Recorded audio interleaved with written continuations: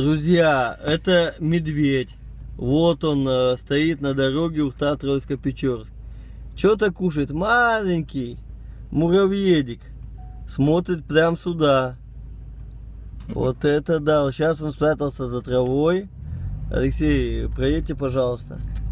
Вот мы проезжаем. Медведи уже как собаки стали, ручные.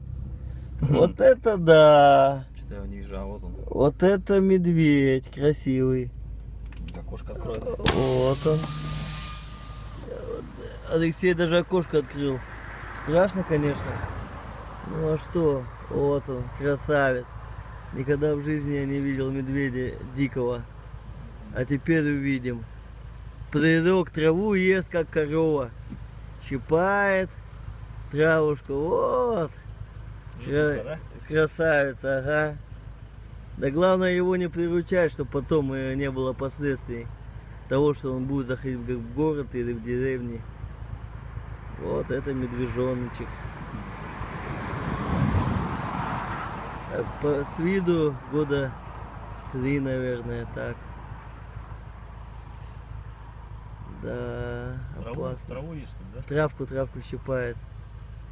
Щиплет травушку. Да, интересно, конечно, поездка. Алексей ехать не хотел. Вот, медведь, да.